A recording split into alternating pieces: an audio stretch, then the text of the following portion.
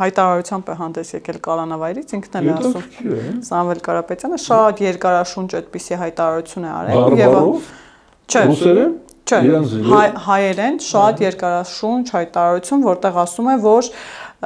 կա ձեր մոտ հա, իհարկե, Ադրբեջանի ու Թուրքիայի հետ կռացած բարեկամություն անելով իրական խաղաղություն չենք ունենա, Ռուսաստանի դեմ խարդավանքներով տարածաշրջանում մեզ անվտանգ չենք զգա։ Ասում եմ մենք գանք, մենք կապահովենք։ Իրենց ձևով, կռացած,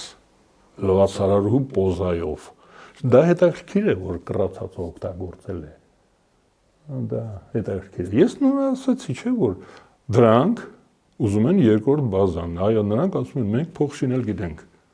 Թող ռուսները գան մեր երկիրը ապահովեն անվտանգությունը, մենք գնանք իրենց երկրում փող շինենք։ Ես ճիշտ տերմիններ եմ օգտագործում։ Դե այդ մարդիկ ճիշտ, ես էլ ասում եմ, որ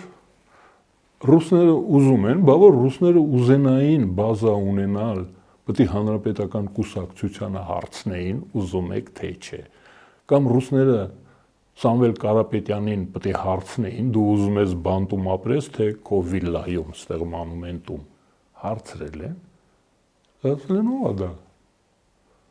Ասել են մեր մոտ քրեական բան, տարիք փակեք, ձեր օրենքները աշխատացրեք։